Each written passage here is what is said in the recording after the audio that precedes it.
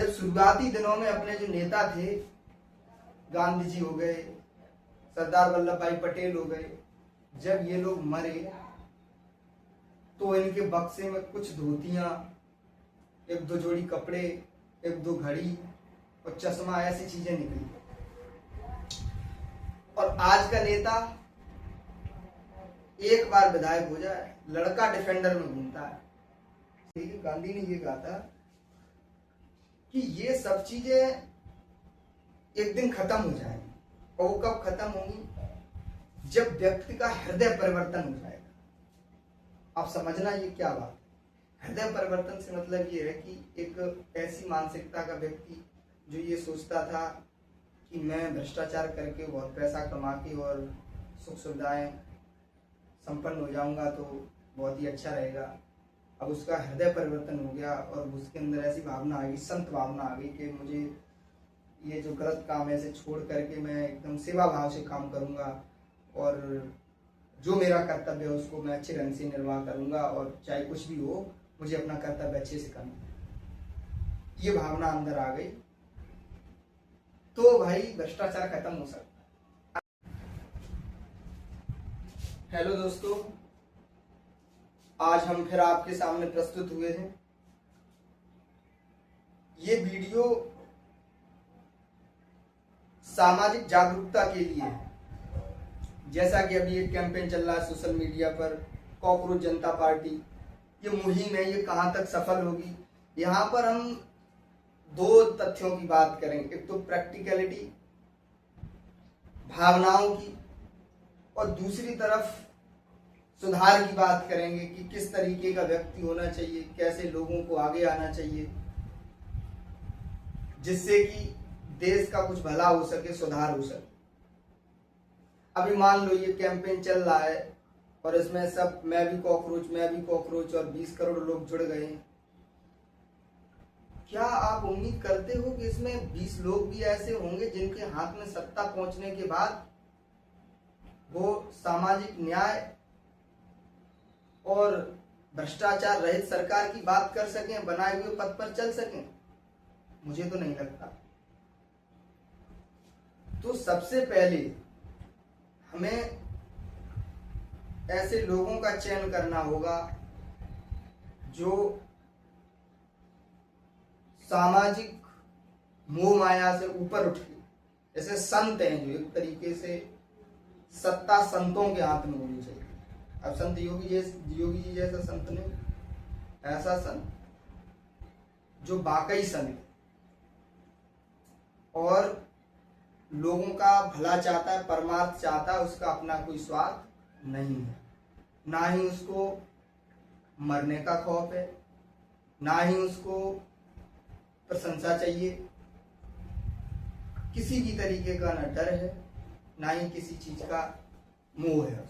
ऐसे व्यक्ति आगे आए तभी परिवर्तन कुछ होगा। अब ये तो ज्यादा फिलॉसफी की बात हो गई कि फिलॉसफी झाड़ दी, लेकिन हकीकत यही है। जब शुरुआती दिनों में अपने जो नेता थे, गांधी जी हो गए, सरदार वल्लभ भाई पटेल हो गए, जब ये लोग मरे तो इनके बक्से में कुछ धोतियां, एक दो जोड़ी कपड़े, एक दो घड़ी और चश्मा, ऐसी चीजें निकली। और आज का नेता एक बार विधायक हो जाए, लड़का डिफेंडर में घूमता है। समझ रहे ना? तो उस समय के नेता और इस समय के नेता में फर्क। उस समय नेता देश सेवा के लिए बनते थे, इस समय नेता खुद की सेवा के लिए बनते। इतनी बड़ी कंपटीशन, और जनता भी उसी तरीके से ढली हुई है। जनता को भी चुनाव के समय दारू चाहिए, अपना व्यक्तिगत हित चाहिए, जातिवाद चाहिए, उसको सामाजिक सर्वहित में उसका कोई मतलब नहीं बनता, उसको व्यक्तिगत अपना हित चाहिए, अपनी जात के लोगों का हित चाहिए।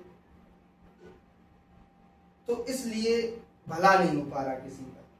चलो ये तो सब फिलॉसफी की बातें हो गई, दर्शन की बातें हो गई कि ऐसा होना चाहिए, लेकिन प्रैक्टिकलिटी की अभी बात करते हैं, अभी वर्तमान की स्थिति क्या है।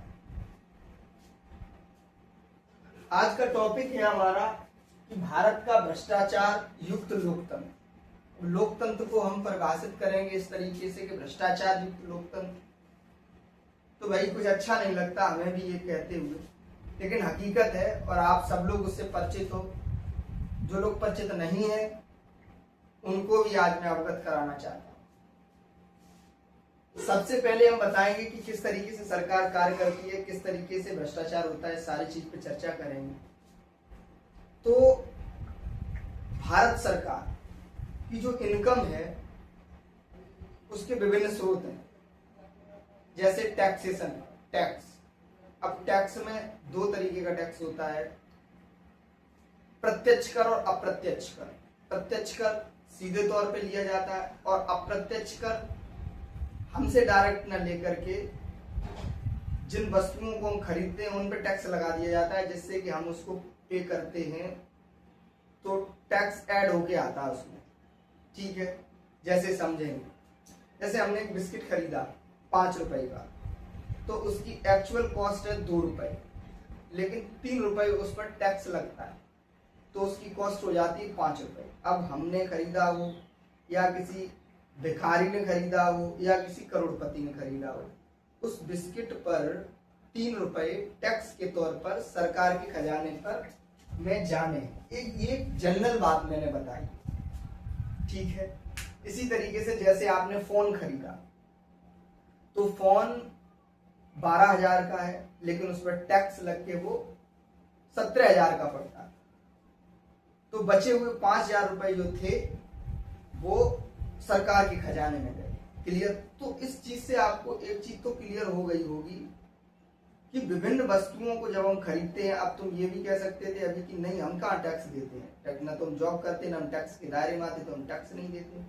लेकिन इस देश का हर एक बच्चा यहाँ तक कि भिखारी तक टैक्स देता है, क्योंकि अप्रत्यक्ष कर है वो सब पर लगता है। कोई भी वस्तु खरीदोगे आप तो उसमें जीएसटी ऐड होके आएगी।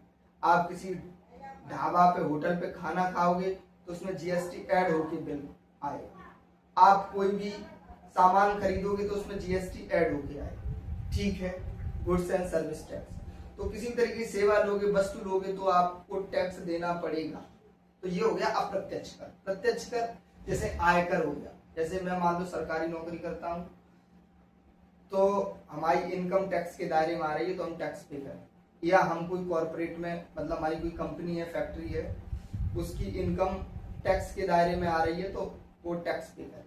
वो अलग मैटर है कि कौन कितना करता है, 30%, 10%, 40% तक, 30% तक है, किस तरीके से है, तो वो एक अलग दायरा है, उस पर हम लोग चर्चा अभी नहीं करेंगे। तो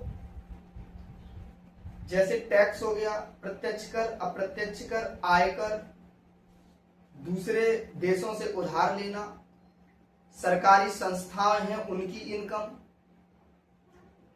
जब सरकार किसी को खनन का लाइसेंस देती है या किसी का ठेका देती है, दारू के ठेके का लाइसेंस दिया तो भी उससे पैसे लेती है, तो ये सब चीजें सरकार की इनकम है।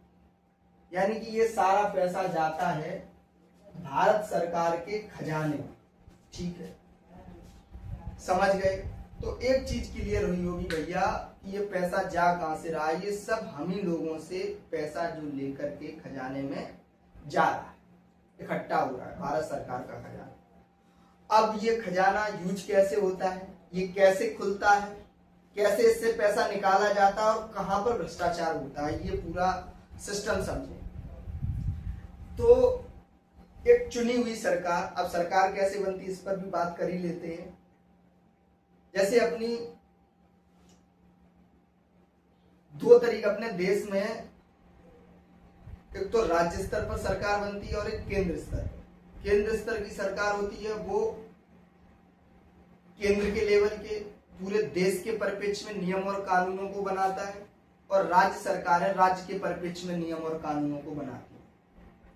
राज्य सरकारों का अलग खजाना होता है जिसमें कि केंद्र सरकार का भी योगदान होता है 30-40%, और बाकी की चीजें होती हैं वो राज्य सरकार खुद अपने टैक्स कलेक्ट करती है और विभिन्न मदों से वो इकट्ठा करती है।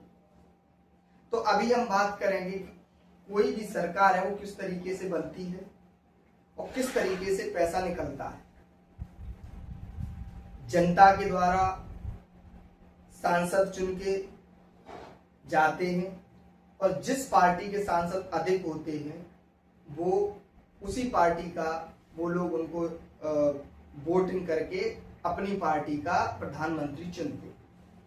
अब प्रधानमंत्री मंत्रिपरिषद का गठन करता है, जैसे तुम्हारे वित्त मंत्री अभी निर्मला सीतारमण है, और ये तुम्हारे जो पीडब्ल्यूडी के हैं, क्या नाम उनका, जो रोड परिवहन मंत्री हैं वो तुम्हारे नितिन गडकरी हैं, गृह मंत्री अमित शाह जी हैं। तो इस तरीके से मंत्रिपरिषद का गठन होता है और विभिन्न विभिन्न मंत्रालयों को बजट जब पास होता है तो उनको पैसा दिया जाता है कि आपका इतना, आपका इतना, आपका इतना, ठीक है। अब वो पैसा बाहर निकलता कैसा, ऐसा थोड़ी है कि जैसे मान लो कि जो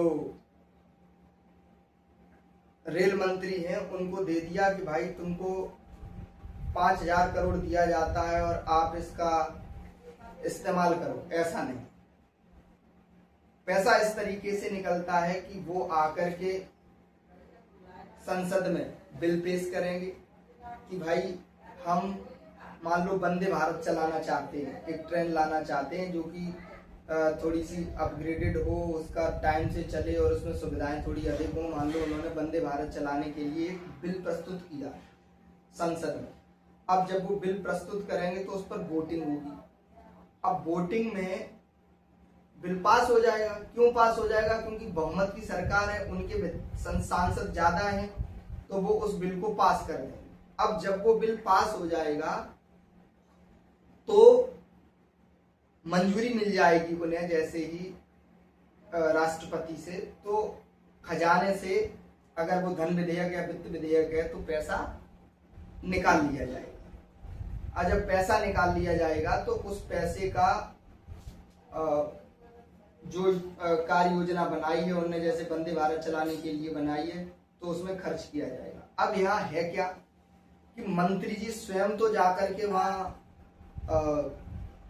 ट्रेन बनवाएंगे नहीं या वो व्यवस्थाएं करेंगे नहीं, वो किसी ठेकेदार को ठेका देंगे। अब यहीं पे खेल होगा। अब मान लो 10,000 करोड़ का बिल पास हुआ है, उसमें से मंत्री जी ने कहा भैया 2,000 करोड़ अपने हमारे इधर कर दो, 8,000 करोड़ में ये रेल तुम्हें बना दो। तो ये हो गई मंत्री जी की इनकम, ठीक है, भ्रष्टाचार द्वारा इनकम।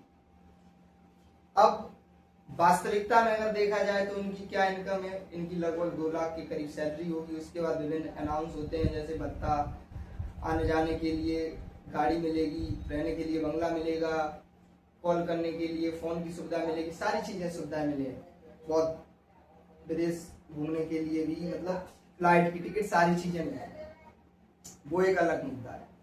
लेकिन उतने खर्चे से उनका पेट नहीं भरता है। वो क्या करते हैं कि जैसे ही बजट पास हुआ उसमें से उन्होंने कमीशन ली, और कमीशन लेने के बाद अब वो कुछ भाई प्रधानमंत्री और वो सब अपना मिलके अपना पूरा कर लेते हैं उसका सिस्टम, ठीक है। ये तो हो गई भाई मंत्रालय की, बड़े बड़े मंत्रियों की इनकम हो गई। इसके बाद बचे, अब मान लो आप कहोगे सर जो विधायक, वो अन्य मंत्री हैं, या अन्य मंत्री नहीं सॉरी, जो अन्य सांसद हैं जो कि सत्ता में नहीं है अभी, उनकी इनकम क्या है? मान लो सत्ताधारी तो बिल पास करेगा, पूरा खजाना ही उसके लिए, सत्ताधारी के लिए तो भारत सरकार को पूरा खजाना ही है, बिल पास करो और मस्त पैसा निकालो, आधा ही धरातल पे लगाओ, आधा अपनी जेब में डाल दो कमीशन खा के, ठीक है। इनका तो ये सिस्टम है। दूसरा, जो सत्ता में नहीं है लेकिन वो सांसद है, उनके लिए क्या है कि जो एक आम सांसद को फैसिलिटी में दूसरे सांसदों को मिलेंगी, उनको भी वो सारी सुविधाएं मिलेंगी, उनको भी तनख्वाह मिलेगी, उनको भी 5 साल के बाद अगर वो सत्ता में नहीं रहते तो भी पेंशन मिलेगी, और साथ ही साथ लगभग उनकी सांसद की निधि होती है, जैसे 5 करोड़ रुपया, 5 करोड़ पर ईयर, 5 साल है तो 25 करोड़ हो गए, 25 करोड़ सांसद को विकास निधि और मिलेगी तनख्वाह के अलावा, ये यहाँ पे खेल कर देते हैं। नहीं तो आप सोचो कि कोई सांसद, कोई विधायक अपनी 2 लाख की या 5 लाख पर मंथ की इनकम में क्या उसका लौंडा डिफेंडर खरीद सकता है, फॉर्च्यूनर खरीद सकता है, चला सकता है? लड़का नहीं, उसका वो गेट पे रहने वाला जो कुत्ता उसका घुमाता है वो भी स्कॉर्पियो में घूमता है। क्या उसकी 5 लाख की इनकम में, या 2 लाख छोड़ो, मैंने 5 लाख मान ली, क्या उस उतने में भी वो ऐसी लग्जरी लाइफ जी सकता है? नहीं। तो ये क्या करते भैया, ये भी यही खेल करते इसी 25 करोड़ में। कैसे करते हैं कि जैसे इनने अपनी निधि जब वितरित करते, जैसे अब ये निधि बांट रहे, मान लो इन्होंने कहा कि एक सड़क का निर्माण हम करा रहे जिसके लिए हमने 1 करोड़ रुपया दिया। अब उसमें से ये कहिए भाई ठेकेदार 50 लाख रुपया हर के घर पे पहुंचाई दी, 50 लाख में अपनी सड़क बना। अब ठेकेदार क्या करे, वो 5 ही लाख लगाइए बाकी, और बाकी के सब अब उसमें सब खाएंगे जो भी है। तो 1% रुपया आता है, मतलब 100 रुपया चलेंगे तो 1 रुपया जमीन पे आ पाते, इतना भ्रष्टाचार। ठीक है, तो क्या होता है, ये भी इसमें जब भी किसी को ठेका दिए, टेंडर दिए, तो उससे कमीशन लेंगे। तो ये है भाई नेताओं की इनकम और भ्रष्टाचार के साथ। अब जो सत्ताधारी पार्टी है, सत्ता में है जो नेता, वो अपना और भी सिस्टम बना लेते हैं और गिर जाते हैं। वो किस तरीके से गिरते हैं कि ये तो मान लो भ्रष्टाचार से इससे कमा रहे हैं, अब ये गिरते कहाँ पे हो रहे हैं कि अभी सरकार है इनकी, तो ये क्या करेंगे, जितनी भी सरकारी संस्थाएं, पुलिस थाने, तहसील, आरटीओ ऑफिस, कलेक्ट्रेट, सब पे, अभी तुम जाओ कलेक्ट्रेट पे, अभी तुम जाओ आरटीओ पे, जो काम तुम्हारा 200 रुपए में होना है वो उसके तुमसे 2000 लिए जाएंगे। अब इतनी औकात है उस दलाल की जो 200 रुपए के काम के 2000 लेकर के खुद अकेला बचा जाए? नहीं भाई, ये भी पहुंचता है ये गिरे हुए नेताजी के पास टोटल, और इसका बाकायदा इनका पूरा रिकॉर्ड मेंटेन रखते हैं। भैया इस मंत्र इस विभाग से इतना आना, इस विभाग से इतना आना, इस विभाग से इतना आना। ठीक है, तो ये जब ज्यादा गिर जाते तब इनकी पोजीशन ये होती। अब स्थिति कितनी भयंकर है ये आप समझ गए होंगे। टोटल और टोटल काम या सत्ता सिर्फ और सिर्फ अपने व्यक्तिगत फायदे के लिए। ठीक है, अब हम बात करते हैं कि भाई नेता भ्रष्टाचार कर क्यों रहे हैं, उनकी भी मजबूरी। अब उनकी मजबूरी, यार ये क्या कह रहे हैं, उनकी मजबूरी क्या है? उनकी मजबूरी ये है कि आप यही चाह रहे हो, आपको चाहिए अपनी जाति का नेता, आपको चाहिए अपना व्यक्तिगत हित, आपको चाहिए चुनाव के समय दारू, आपको चाहिए अपने लिए सिर्फ सुविधाएं। तो इसलिए अब नेता क्या करेगा कि पहली बार जब कोई विधायक या कोई विधायक जब क्षेत्र में चुनाव लड़ता है तो सबके पैर छुए, मत्था टेके। 5 साल बाद जब वो चुनाव जीत जाता है और 5 साल तक वो पूरा अपना बढ़िया से खूब पैसा पैदा जब कर लेता है, तब वो क्या करता है कि अब वो तुम पे पैर छुलवाई है। कैसे? अब विधायक जी पे आ गया पैसा और वे हो गए प्रभावशाली। अब तुम पे जब मुकदमा लगेगा और फिर तुम पहुंचोगे विधायक जी की जहाँ फैसला के लिए, फिर तुमसे थाने में पैसा लगे और बाकी बात का हिस्सा विधायक जी दिया जाए दलाली तौर। तो इस तरीका से आप भी खुश हो गए और विधायक जी भी खुश हो गए। तो चुनाव आप ये कहो जैसे बहुत ही सज्जन व्यक्ति है, जो एक ऐसा व्यक्ति है जो वाकई में सुधार करना चाहता है और वो एक संत प्रकृति का व्यक्ति है। वो चाहता है कि भाई जैसे मान लो गांधी जैसा नेता है, मान लो पटेल जैसा नेता, देश हित में कार्य करना चाहता है। अब उसके पास पैसा नहीं है, बा के पास गाड़ी नहीं है, बा को कोई प्रभाव ना हो, और बा को कोई प्रभाव ना हो तो क्या होगा कि वो चुनाव जीते है ना, और वो चुनाव नहीं जीतेगा। क्यों नहीं जीतेगा? क्योंकि चुनाव के लिए चाहिए पैसा, दारू, सिस्टम, प्रभाव, गुंडे, ये सारी चीजें चाहिए, उसके पास तो है नहीं, तो वो चुनाव नहीं जीतेगा। और जब वो चुनाव नहीं जीतेगा तो तुम्हें चाहिए कौन से? जय वाले नेताजी तो चाहिए जो पूरा सिस्टम खा जाए और बाकी बात तुम्हें लते आए और दलाली तुम पे बाद में जो खाल बची है तुम्हारी बहुत नोच ले। आपको चाहिए ऐसे नेता। तो कुल मिला के मेरा कंक्लूजन ये है कि इसमें कुछ नहीं हो सकता। क्यों नहीं हो सकता? क्योंकि जनता वाकई में कॉकरोच है, वो नहीं चाहते, पड़े रहेंगे घर पे, सुधार के लिए बिल्कुल एक कदम नहीं उठाएंगे, कोई उनको मतलब नहीं है, वो इसी में राजी है, ठीक है। और अगर कोई सही काम करना चाहे तो उसका सपोर्ट नहीं करेंगे। अब इसका सुधार, अगर मैं सुधार की बात करूं तो सुधार भी हो सकता है। किस तरीके से सुधार हो सकता है उसको समझते हैं। छोटे स्तर पे आए, देखो वैसे तो मैं फिर से कह रहा हूं उसका कोई सुधार नहीं, हो ही नहीं सकता। गांधी जी ने, देखो एक बार क्या हुआ था, इतिहास में जाते हैं कि जब देश आजाद हो गया तो जो हमारे बाबा साहब अम्बेडकर हैं वो अपने लिए अलग निर्वाचन मंडल का मांग कर रहे थे कि भैया हमें अलग निर्वाचन मंडल चाहिए SC ST OBC के लिए। तो गांधी जी ने कहा ये तो गड़बड़ हो जाएगा, अगर इन्हें अगर अलग निर्वाचन मंडल दे दिए तो भारत में ही एक और बंटवारा हो जाएगा, एक तरफ सवर्ण देश हो जाए, एक तरफ पिछड़ा और SC ST देश हो जाए। तो गांधी जी विरोध में चले गए, धरना बैठे। भाई एक तरीके से देखें तो सही भी था,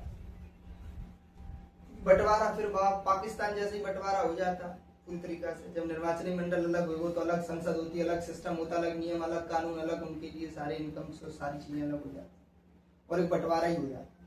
तो गांधी जी धरना पे बैठ गए। बाद में उनका समझौता हुआ, जो भी हुआ, सीटों में आरक्षण मिला, जो भी है वो सब सही, ठीक है। लेकिन गांधी जी ने जब उन्होंने कहा कि भाई अम्बेडकर जी ने कहा कि गांधी जी हम जो शोषित हैं, जो वंचित हैं, हमारा किस तरीके से ये लोग हमें तो उसी तरीके से शोषण करते रहेंगे, जो सवर्ण हैं ये इसी तरीके से शोषण करते रहेंगे, तो ये कैसे रुकेगा? ये इस तरीके से नहीं रुकेगा जैसे तुम चाह रहे हो, इस तरीके से नहीं रुकेगा। तो गांधी जी ने एक बात कही थी, तो अम्बेडकर अपनी जगह पे सही थे और गांधी अपनी जगह पे सही थे। तो गांधी ने एक बात कही, गांधी ने ये कहा था कि ये सब चीजें एक दिन खत्म हो जाएंगी, और वो कब खत्म होंगी? जब व्यक्ति का हृदय परिवर्तन हो जाएगा। आप समझना ये क्या बात है। हृदय परिवर्तन से मतलब ये है कि एक ऐसी मानसिकता का व्यक्ति जो ये सोचता था कि मैं भ्रष्टाचार करके बहुत पैसा कमा के और सुख सुविधाएं संपन्न हो जाऊंगा तो बहुत ही अच्छा रहेगा। अब उसका हृदय परिवर्तन हो गया और उसके अंदर ऐसी भावना आ गई, संत भावना आ गई कि मुझे ये जो गलत काम है इसे छोड़ करके मैं एकदम सेवा भाव से काम करूंगा और जो मेरा कर्तव्य है उसको मैं अच्छे ढंग से निर्वाह करूंगा और चाहे कुछ भी हो मुझे अपना कर्तव्य अच्छे से करना। ये भावना अंदर आ गई तो भाई भ्रष्टाचार खत्म हो सकता है, अन्यथा की स्थिति में भ्रष्टाचार खत्म नहीं होगा। अब ये भावना कैसे आए आदमी के अंदर, है ही ना। अभी जैसे मान ली कॉकरोच पार्टी बन रही, इसमें क्या समझते हो आप? इसमें जो पावर की तरफ जाएंगे, यानी शक्ति की तरफ जो लोग जाएंगे, अब मान लो ये पार्टी रजिस्टर हो जाए कल को और ये पॉलिटिकल पार्टी बन जाए, ये चुनाव लड़े, तो इसमें जो भी चुनाव लड़ेंगे या जो भी चुनाव की तरफ कदम रखेंगे, राजनीति में अग्रसर होंगे धरातल पर, तो उनमें अपने आप जो इनमें गुण है वे अपने आप व्याप्त हो जाए। और अगर उन्हें जब ट्रेंड को फॉलो ना करो तो वे भाई सरकार ना बना पाए, सरकार चला ना पाए। हकीकत है भैया, देखो वो सरकार ना बना पाए और ना ही सरकार चला पाए। अभी देखो तुम यार, आम आदमी पार्टी ऐसी तो निकली थी, बिल्कुल सेम ऐसे ही निकली थी आम आदमी पार्टी। क्या हुआ, राघव चड्ढा भी इधर बकरा अब उधर बकरा। ठीक है, वे शराब घोटाला कर रहे, शराब घोटाला क्यों कर रहे हैं, वे जहां से शराब घोटाला कर रहे हैं भाई, कि घोटाला ना करें तो रुपया ना आए, रुपया ना आए तो मजबूत ना आए, मजबूत नहीं होंगे तो वो चुनाव नहीं जीत पाएंगे। और कुछ कार्य करने के लिए, अच्छा या बुरा करने के लिए सत्ता में रहना जरूरी है। तो ये सारी चीजें भैया समझने पड़ी। तो कुल मिला के बात यह है कि सत्ता में जो आई है वो भ्रष्ट हो जाएगी 100%। अब इसके सुधार का एक तरीका है, वो मैं छोटे स्तर का है, उस पर चर्चा करेंगे। वो ये है कि जैसे तुम्हारी, देखो गांधी जी ने एक और काम किया था। गांधी बहुत मतलब ठीक है, मैंने गांधी पढ़ा है तो गांधी मतलब बढ़िया काम करके गए। गांधी ने ये कहा उस समय की, तब जैसे देश आजाद हुआ तो अपने यहाँ इतना पैसा नहीं था, पैसा भी कम था, तो सरकार सिर्फ केंद्र स्तर पर राज्य स्तर पर चल रही थी। तो गांधी ने ये कहा था जब पैसा हो जाए तो स्थानीय स्वशासन यानी कि ग्राम पंचायतें, नगर पंचायतों का भी गठन करना। तो 73वें संविधान संशोधन 1992 में गठन किया गया ग्राम पंचायतों का और नगर पालिका परिषद का। तो एक तरीका से स्थानीय सरकारें हुई। अब स्थानीय सरकार मतलब स्थान विशेष की सरकार। आपको सरकार पता पूरी वैसे ही काम कर रही है जिस तरीके से एक सरकार कहाँ काम कर रही है, पूरे देश को चला रही है, या एक राज्य सरकार पूरे राज्य को चला रही है। सेम एज जो तुम्हारी ग्राम पंचायत है वो कार्य कर रही है, नगर पालिका परिषद है वो कार्य कर रही है। समझना, आपकी अप्रोच नहीं है कि आप केंद्र सरकार को के सिस्टम तक पहुंच सकें, आपकी अप्रोच नहीं है आप राज्य सरकार के सिस्टम तक पहुंच सकें, लेकिन आपकी पहुंच है स्थानीय स्वशासन, अपने ग्राम पंचायत। आप उसके लिए क्या कर सकते हैं? देखो, जिस तरीके से एक सरकार के पास बजट होता है उसी तरीके से ग्राम पंचायत के पास बजट होता है। उसका प्रधान, जिस तरीके से एक राज्य का मुख्यमंत्री होता है उसी तरीके से ग्राम का जो मुखिया होता है वो प्रधान होता है। जिस तरीके से उनके पास सदस्य होते हैं उसी तरीके से ग्राम पंचायत के पास भी सदस्य होते हैं। जिस तरीके से एक विधानसभा में बिल पास होता है उसी तरीके से एक ग्राम सभा की मीटिंग होती है वहां बिल पास होता है। जिस तरीके से वहां पैसा निकालने का सिस्टम है उसी तरीके से यहाँ पैसा निकालने का सिस्टम। तो अगर किसी गांव के चुनाव में इस तरीके का सिस्टम हो जाए कि वहां देखो यहाँ पे मीटिंग भी हो सकती है, यहाँ पे भले लोग इस चीज को, मान लो गाँव का चुनाव इतना बड़ा नहीं होता है, 4 से मान लो 6,000 वोटिंग का है, 7,000 वोटिंग का है, तो उतने लोगों को समझना पड़ता है। अगर वो लोग उसमें से कुछ लोग निकल के आए और अपनी जवाबदेही तय करें, एक ऐसे व्यक्ति को मुखिया चुने जिसकी हर एक पैसा निकलने पे जवाबदेही हो, किसी भी बिल के पास होने पर बाकायदा मीटिंग हो, मीटिंग होने के बाद सदस्यों के हस्ताक्षर हो, उसके बाद वो पैसा निकाला जाए और उस पैसे का पूरा जो उपयोग है, जो पूरा उसका इन्वेस्टमेंट है, वो सदस्यों और गांव के लोगों के सामने पारदर्शिता पूर्वक किया जाए।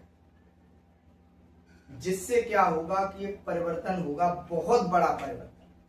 कि एक ग्राम सभा के लिए मान लो 5 करोड़ रुपया आता है और अगर 5 करोड़ रुपया उस ग्राम सभा में लग जाता है तो वो ग्राम सभा 1 नंबर की हो जाएगी 5 साल में, और अगले 5 साल फिर 5 करोड़ लग गया, अगले 5 साल फिर लग गया। तो क्या होगा गांव में, मैं बताता हूं क्या क्या हो सकता है। गांव में एक अच्छा प्राथमिक विद्यालय हो सकता है जिसमें सभी आधुनिक सुविधाएं हो सकती हैं, क्योंकि जो ग्राम का जो प्रधान होता है वो प्राथमिक विद्यालय के लिए, अच्छा मैं ये भी बता दूं कि उसको वो कितने नियमों पर कानून बना सकता है, 29 नियमों पे कानून बनाने का अधिकार होता है ग्राम प्रधान के पास।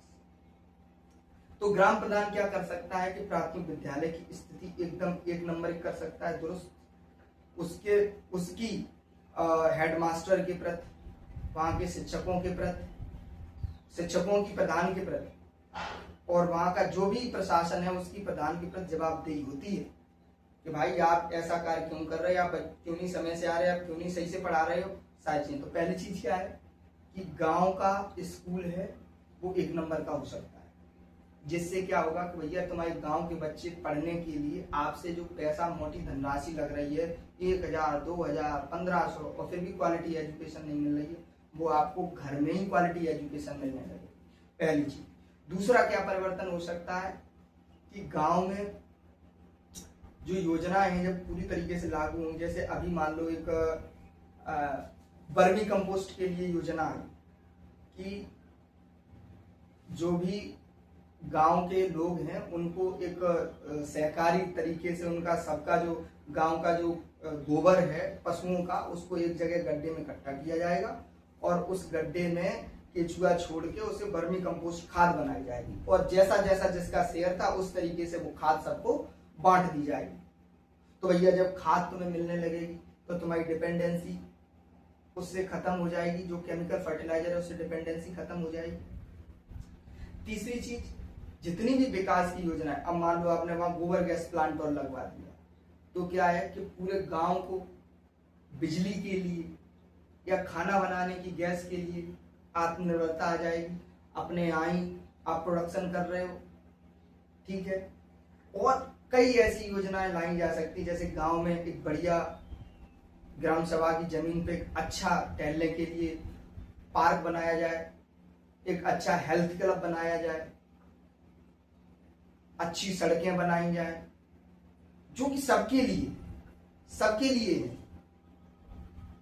तो इस तरीके जब एक गांव सुधरेगा, 20 गांव सुधरेंगे, तो गांव गांव बन के ही तो यार शहर बना है, गांव से ही तो जिला बना है, और जिलों से ही तो राज्य बना है, राज्य से ही तो देश बना है, पूरा देश सुधर जाएगा। तो भाई इस कार्य पे अगर फोकस किया जाए तो स्थिति सुधर सकती है। दूसरी चीज, जैसे ग्राम प्रधान ये कहते हैं, मतलब वो अपना हित करते हैं, मान लो 4-5 करोड़ आया, 5 करोड़ वो खाए गए, 5 साल बाद भाई प्रधान गणिया कछु ना हो, ना तो 5 करोड़ में 5 लाख वाकी जेब में होते हैं, और नवा की हालत सही हो, बिल्कुल फटी हालत, बिल्कुल बेकार हो जाता है। और अगर वो अपना काम सही से करते तो कम से कम जो गांव में उसने जो इंफ्रास्ट्रक्चर डेवलप किया है, जो सिस्टम बनाया है, उसको तो यार वो यूज करेगा। अब वो अपने घर के ढिया की नाली बनवाए रहो, बामी पीला ईंट लगवाए रहो, कल को जब वो नाला टूटे वो तो बाकी घर में ही तो सीलन जाए, लेकिन क्या करे, उसको खाने की आदत पड़ी। तो भाई ये एक परिवर्तन का मेरे हिसाब से, पर्सनल ओपिनियन है ये, कि मेरे हिसाब से ये एक सुधार का तरीका हो सकता है। और जो भी है आपकी तरफ से, अगर आपको लगता है ये ऐसा होना चाहिए तो आप वो कमेंट कर सकते हैं। और अगर वीडियो अच्छा लगा हो कि मतलब कुछ नॉलेज है इसमें, कुछ अच्छा करने का सही रास्ते में है ये सारा सिस्टम, तो शेयर भी कर दें और चैनल को सब्सक्राइब करें। Thank you.